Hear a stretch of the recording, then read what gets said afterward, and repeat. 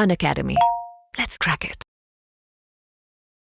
Hello, dear students. Welcome to Unacademy Excellent channel. My name is Manoj Chauhan, and I teach mathematics for JEE Mains and Advanced on Unacademy Plus platform exclusively.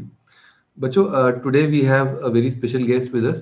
His name is Tanmay Agarwal, and Tanmay has recently cracked IIT JEE Mains exam, one of the February slots. तो तन्मय जी, आपने बहुत अच्छा percentage score किया. First of all उसके लिए बहुत बहुत बधाइयाँ आपको और आपके परिवार को. तो बेटा, कैसा लग रहा है आपको?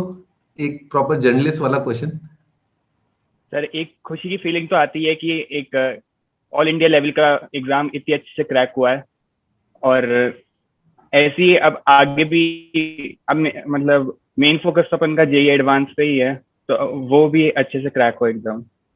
श्योर, बिल्कुल होगा, क्यों नहीं होगा, बिल्कुल होगा. ठीक है, यस सर. चकते फट्टे और क्या है भाई. आपका जो जर्नी है उसके बारे में कुछ बताइए बच्चों को, क्योंकि देखिए मैं मानता हूँ अभी तक आपका जो सफर है वो पूरा नहीं हुआ है. ठीक है ना, फिर भी हम आपका जो कीमती वक्त है वो यहाँ पर थोड़ा सा लेना चाहेंगे, सो दैट जो अब तक जो एक्सपीरियंस है उन्होंने कुछ शायद गलतियां करी हैं, तो आगे आने वाले 3-4 स्लॉट्स में they can improve a lot. There is a scope. I think मेरे ख्याल से 3 महीने में काफी कुछ बदला जा सकता है.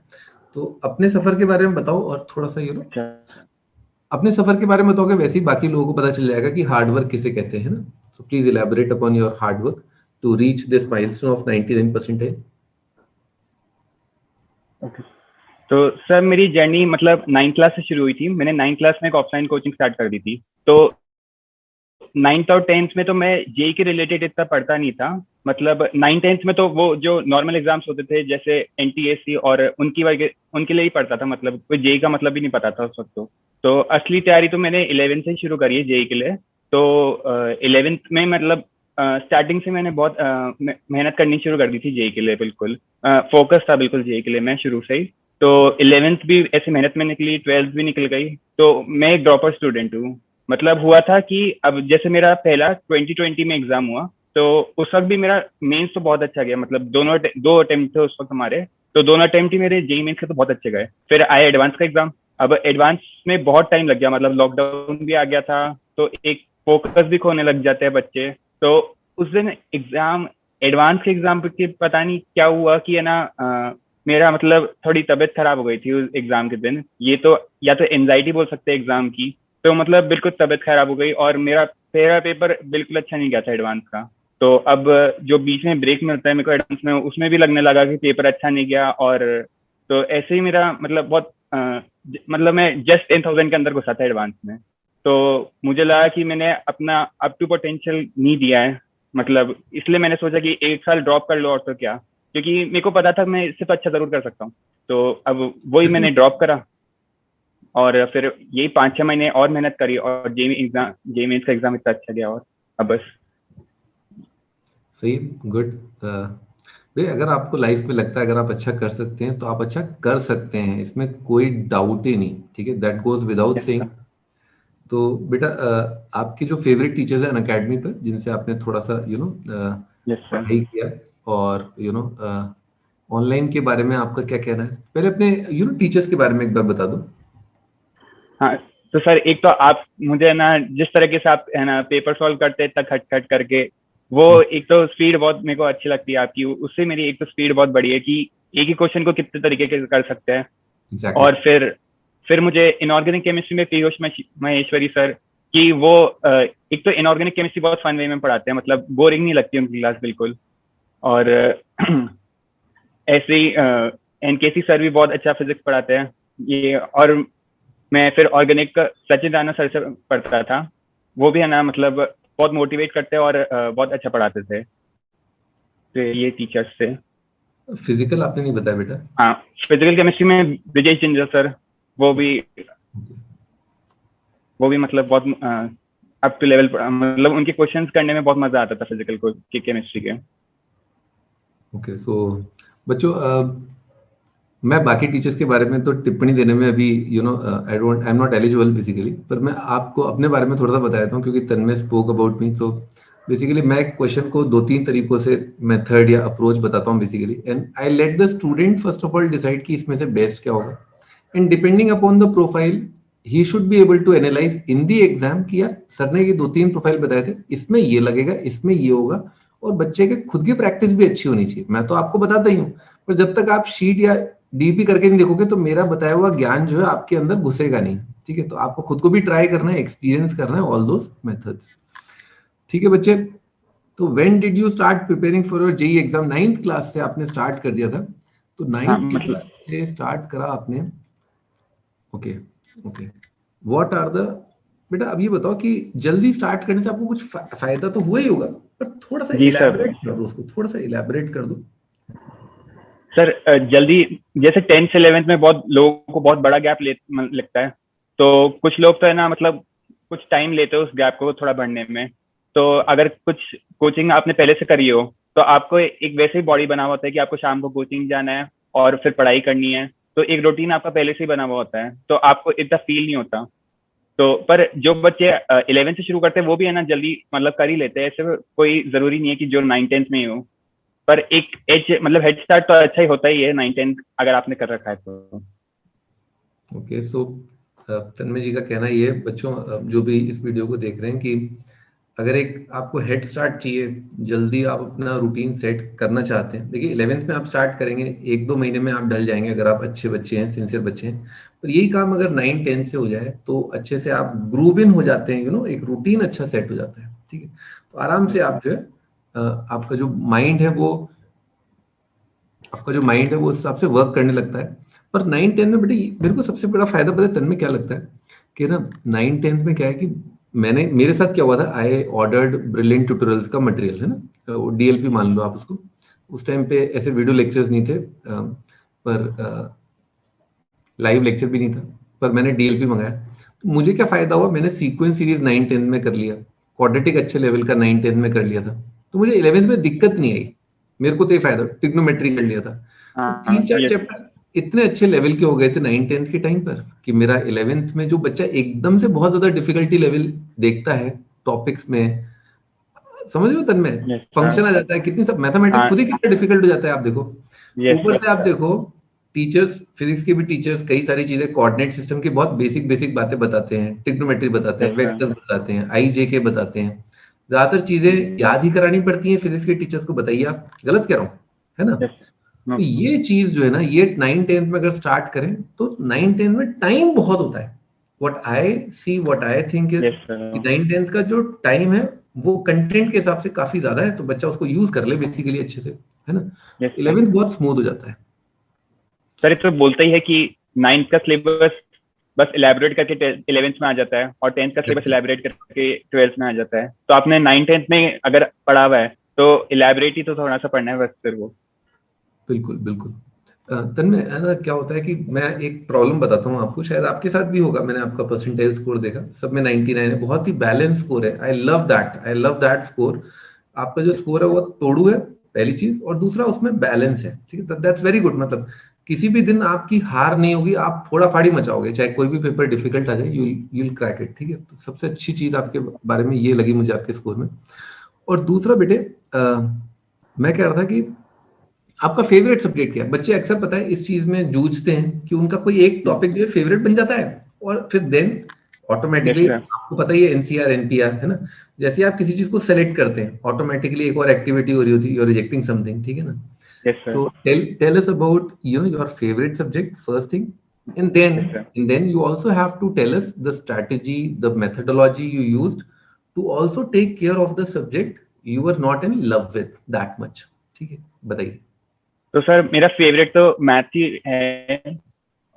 शुरू से मेरा मैथ्स मतलब बहुत इंटरेस्टेड सब्जेक्ट लगता था मैथ्स मेरा, और मुझे सबसे वीक केमिस्ट्री लगता है, क्योंकि उसमें कुछ फैक्ट्स कुछ ज्यादा ही याद करने की चीज होती है, तो इसलिए अब मुझे जैसे ये हर टॉपर की कहानी है जैसे, शायद मेरे ख्याल से तो मतलब ज्यादातर टॉपर्स यही Exactly. बोलते हैं मेरे साथ भी एग्जैक्टली यही था, मैं यही सोच रहा था। कि बताओ। केमिस्ट्री, हाँ ये क्योंकि लॉजिकल चीजें है ना, अपन करना अपन जैसे लॉजिकल चीजें करना ज्यादा पसंद है अपन को, इसलिए। और तो मैंने तो जैसे केमिस्ट्री मुझे ज्यादा अच्छा नहीं लगता था, पर मैंने स्लॉट्स डिवाइड कर रखे थे कि मुझे केमिस्ट्री तो पढ़ना ही है, क्योंकि अगर मैं उस सब्जेक्ट को छोड़ देता तो वो और वीक होते जाता। तो मैंने दिन में स्लॉट्स डिवाइड कर रखे थे कि मुझे इस टाइम पे केमिस्ट्री पढ़ना ही है, चाहे मुझे मन ना करे या करे, पर मुझे केमिस्ट्री पढ़ना है इस टाइम पे। अब जैसे इनऑर्गेनिक केमिस्ट्री में मैं सुबह ही खत्म कर देता था, और शाम के लिए मैं रखता था फिजिकल केमिस्ट्री और ऑर्गेनिक केमिस्ट्री। तो मैं केमिस्ट्री के 2 टॉपिक्स हमेशा रोज करता था, चाहे मन करे या नहीं करे, क्योंकि पता है तन्मय, एग्जैक्टली सेम रूटीन मैंने बनाया था। क्योंकि क्या है, मैंने ना मतलब रात में क्या होता है, मैथ्स आप करते जाओ, आप हाँ ये देर सर। रात तक आप हैंग आउट कर सकते हो। मतलब जैसे फिजिक्स और मैथ्स स्पेशली मैं रात को पढ़ता था, तो रात को 3 बज जाए 4 बज जाए होमवर्क जरूर पूरा करता था। और केमिस्ट्री से जैसा तुम्हारा रूटीन है, बिल्कुल एग्जैक्टली मेरा भी वही रूटीन था। मतलब मुझे अपने दिन याद आ गए। तुम भी यही करते हो रात को, मतलब देर रात तक पढ़ के मैथ्स का फिर हाँ करना है? मतलब ये केमिस्ट्री का मेरे बर्डन हट जाए मतलब सिर से, बस फिर तो मैथ्स और फिजिक्स करने में तो कोई जोर ही नहीं आता। वो तो करते रहो कितने बजे तक। सही बात है, सही बात है, बिल्कुल भाई। Yes, sir. याद आ गई भी अपने। खैर, तो भी आपका फेवरेट तो आपने बता दिया मैथ्स है, but you didn't told us about your not so favourite subject, और उसको कैसे टैकल किया केमिस्ट्री में? कोई पर्टिकुलर मतलब इनऑर्गेनिक, ऑर्गेनिक, फिजिकल? जैसे सर फिजिकल तो मतलब मुझे पसंद थी ऐसे, फिजिकल में तो ऐसी कोई प्रॉब्लम नहीं आई। इनऑर्गेनिक में भी ज्यादा फैक्ट्स ही है तो है ना, इतना मतलब याद हो जाते थे, ऐसे कुछ ज्यादा नहीं।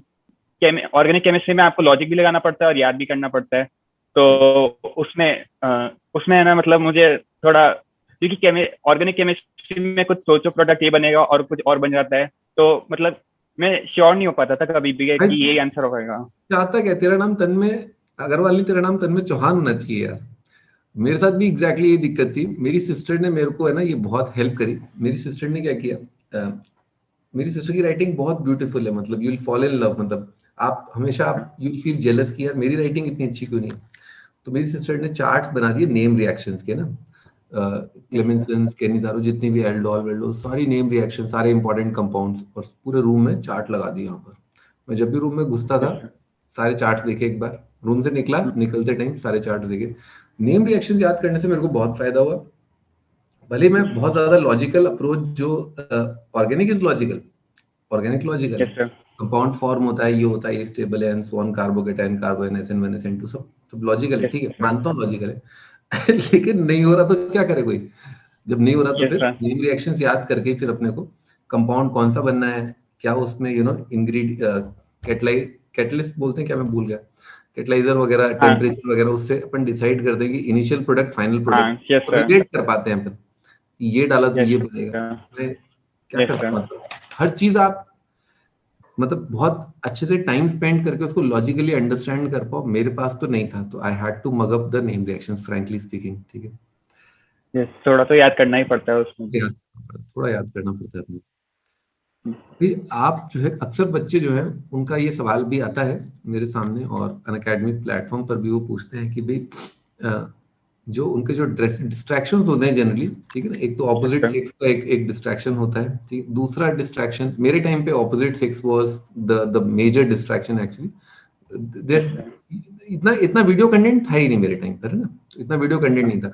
बट नाउ इमेज मतलब मैं तो इमेज बोलता हूँ, लेकिन लोग वो फोटो जानते हैं। पहले हम इमेज यस ज्यादा सर। बोलते थे, फोटो कम बोलते थे, ठीक है, यार इसकी इमेज लेनी है, दिस दैट। पर आज की तारीख में फोटो में और सेल्फी में कन्वर्ट हो गया है। These are the new words, new generation. Yes sir.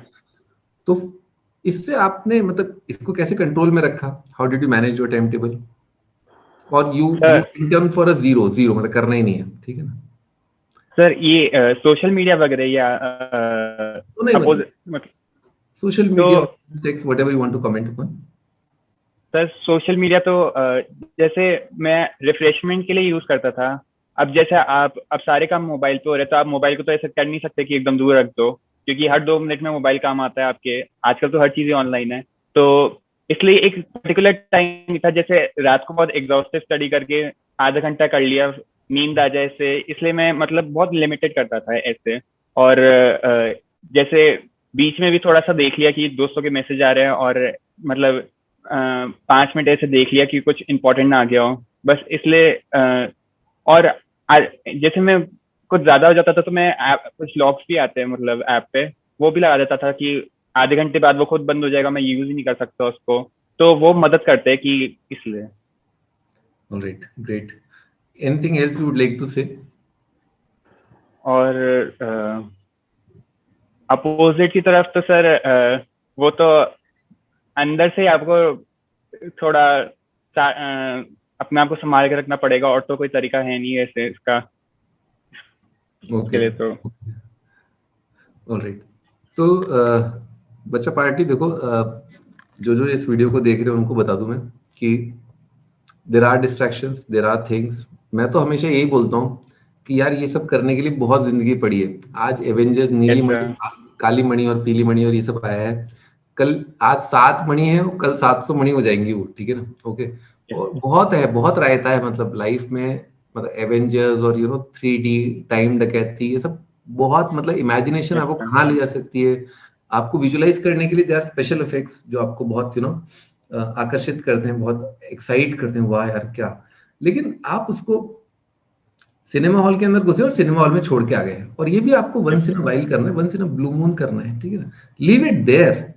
आपको उसको याद करने की जरूरत नहीं। याद करने के लिए, सॉल्व करने के लिए इतनी सारी प्रॉब्लम पड़ी है, ठीक है?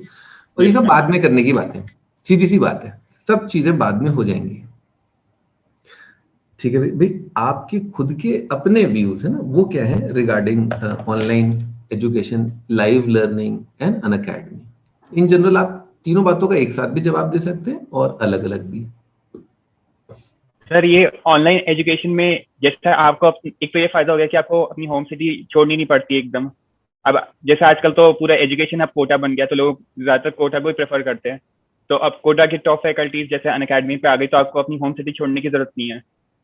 और मुझे एक दो फायदे और लगते हैं कि जैसे बच्चे को है ना लाइव मतलब जैसे ऑफलाइन क्लासेस होती है, तो बच्चे को अपना डाउट पूछने में बहुत शर्म आती है इतने 50-60 बच्चों के सामने। अब अन अकेडमी में तो आप टाइप कर दो, बेशरम होगी तो आप टाइप कर सकते हो कुछ भी, टीचर मतलब। ऑफलाइन में तो मतलब थोड़ी हेजिटेशन होती है, पर ऑनलाइन में ये प्रॉब्लम एकदम खत्म है, और डाउट सारे खत्म हो ही जाते हैं, सही क्योंकि बात। आप डाउट सेशन बिल्कुल शायद तीसरा मतलब सेशन डाउट सेशन ही होता है, तो सारे डाउट्स भी क्लियर हो जाते हैं। तो ये बहुत सारे फायदे भी है जो ऑफलाइन में नहीं थे, अब ऑनलाइन में है ना क्लियर हो रही है। सही बात है, हम लोग परेशान हो जाते हैं डाउट बता बता करके। तूने मेरी हाँ दुख पे मतलब हाथ रख दिया, परेशान वही। हो जाते हैं। लेकिन हाँ ठीक है, मतलब आई अंडरस्टैंड कि डाउट्स आते ही हैं, भले वो उसके लिए टीचर का 30 सेकेंड जाए या यू नो हाँ ये 10 मिनट्स 20 मिनट्स जाए। There are doubts, there are doubts and they have to be resolve. be it any teacher or an academy, they are dedicated to solve any query, any doubt जो conceptual हो सकता है, बहुत minute हो सकता है, शायद पीछे के किसी टॉपिक से रिलेटेड होता है। तो मैं भी कई बार, अगर बच्चा जो है अच्छे से डाउट पूछ रहा है, उसने बिल्कुल सटीक पॉइंट पकड़ा है, and just in case he has forgotten something जो पहले का है, तो हम याद दिलाते हैं, ठीक है? रिकॉल वैल्यू एक। यस मैं हमेशा जानता हूँ कि मैथ्स में आप कोऑर्डिनेट ज्योमेट्री देखो, जैसे imagine coordinate geometry, sir. Hyperbola, उससे पीछे एलिप्स, उससे पीछे पैराबोला, उससे पीछे सर्कल, उससे पीछे लाइन। लाइन का आगे तक होमोजेनाइजेशन काम आता है, ठीक यस है? सर। वो बार बार रिकॉल होता ही है ना? Yes sir. 11th के टॉपिक्स तो मतलब 12th के एंडिंग तक मतलब सारी जगह काम आते हैं। आजकल सारे, तो पूरे एडवांस वाले तो हर 2-3 टॉपिक्स को सारे मिक्स करके, तो हर चीज ही जरूरी है आजकल तो मतलब। बिल्कुल तन्मय जी, आपने बिल्कुल सही कहा कि एडवांस के जो क्वेश्चंस बनते हैं उनमें आपका 11th का बहुत इंपॉर्टेंट रोल होता है, और वो मिक्स करके बनते हैं, ठीक है ना? हाँ। मिक्स करके बनते हैं ना। बच्चों इस बात पर ध्यान देना है ना, यस। एकदम से अच्छी बात निकली है ना भाई। What is your advice to students who will be attempting the exam in future? Let's not talk about the students who are in 12th and 13th right now. Let's talk about the students who have just started their preparation, or either they are in 11th class. For example, एक बच्चा 10वीं कक्षा में है अभी, अभी 10वीं में, क्योंकि वो अभी बोर्ड का एग्जाम 1-1.5 महीने बाद है। एक बच्चा 11वीं कक्षा में है और वो 12वीं की ओर जा रहा है, उसको 1 साल बाद, 1.5 साल बाद अपना IIT मेंस एडवांस लिखना है, ठीक है? तो आप उनके लिए कुछ you want to say something to them? तो जो लोग अभी 11th एकदम स्टार्ट करने वाले हैं, उनको तो मैं बोलूंगा कि एकदम शुरू से ही लग जाओ, क्योंकि आप जितना जल्दी स्टार्ट करोगे, जितनी जल्दी हार्डवेयर बन जाएगी आपकी, उतना ही आपके लिए अच्छा है बिल्कुल। और जो 11th से 12th मूविंग है, तो मैं बोलूंगा कि अपनी 11th पूरी अच्छे से खत्म कर लेना, नहीं तो 12th में बहुत प्रॉब्लम आएगी। 11th के सारे कंसेप्ट आप अभी मतलब जितना कर सकते हो उतना 11th पूरा अच्छे से रिवाइज कर लेना, नहीं तो 12th में मतलब पूरी 11th यूज आती है आपकी 12th में, तो वो पूरी कंप्लीट होनी चाहिए आपकी अच्छे से।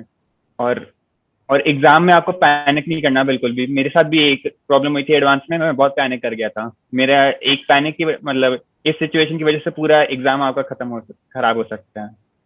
ये सब है।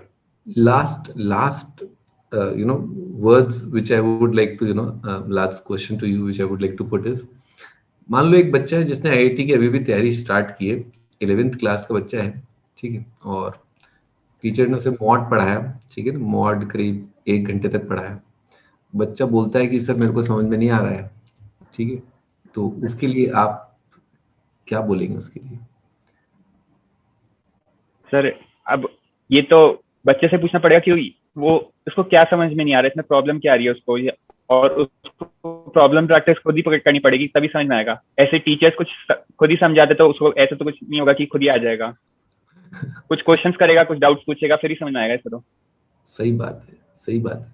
बेसिकली मैं यहाँ पर है ना ये सोच रहा था कि हर बार मैंने देखा है, जब भी मैं एज अ टीचर कोई चैप्टर स्टार्ट करता हूँ, तो बच्चा स्टार्टिंग में जो कॉन्सेप्ट है उसको ग्रास्प करने में जो टाइम लगता है, ठीक है, Yes, sir. बच्चा सोचता है कि टीचर ने एक कॉन्सेप्ट बताया है, ठीक है, बच्चे को ये समझ में आना चाहिए कि वो जो कॉन्सेप्ट है उस पर कुछ क्वेश्चंस करेगा, उसको न्यूमेरिकली फील करेगा, तभी वो उसको एक्सप्लोर कर पाएगा। जैसे ग्राफ है, ग्राफ में जब तक आप खुद 4 पॉइंट रख करके नहीं देखोगे, उनको प्लॉट नहीं करोगे, तो आपको दिक्कत आएगी। तो उससे भागना नहीं चाहिए, ठीक है। जैसा कि आपने खुद ने भी कहा कि स्टार्टिंग से ही लग जाओ, मतलब स्टार्टिंग से ही लग जाओ, छोड़ना नहीं है। दैट इज वेरी इंपॉर्टेंट है। ऑलराइट डियर स्टूडेंट्स, भाई जितने भी लोग यहाँ पर देख रहे हैं सभी को मैं बता दूं कि Tanmay secured very good marks in his IIT mains February slots. All the words he said वो बहुत रियलिस्टिक हैं, और आगे जो प्रिपेयर करने वाले जो बच्चे उन सबके लिए एक लेसन भी है, ठीक है ना। तो thank you so much for spending time and giving time to us. Okay, Tanmay, best of luck Thank for you. your mains and advanced exam, especially advanced exam. ठीक है? Okay? Yes, sir. Okay. Best of luck. Thank you. Take care. Okay. Thank you, sir.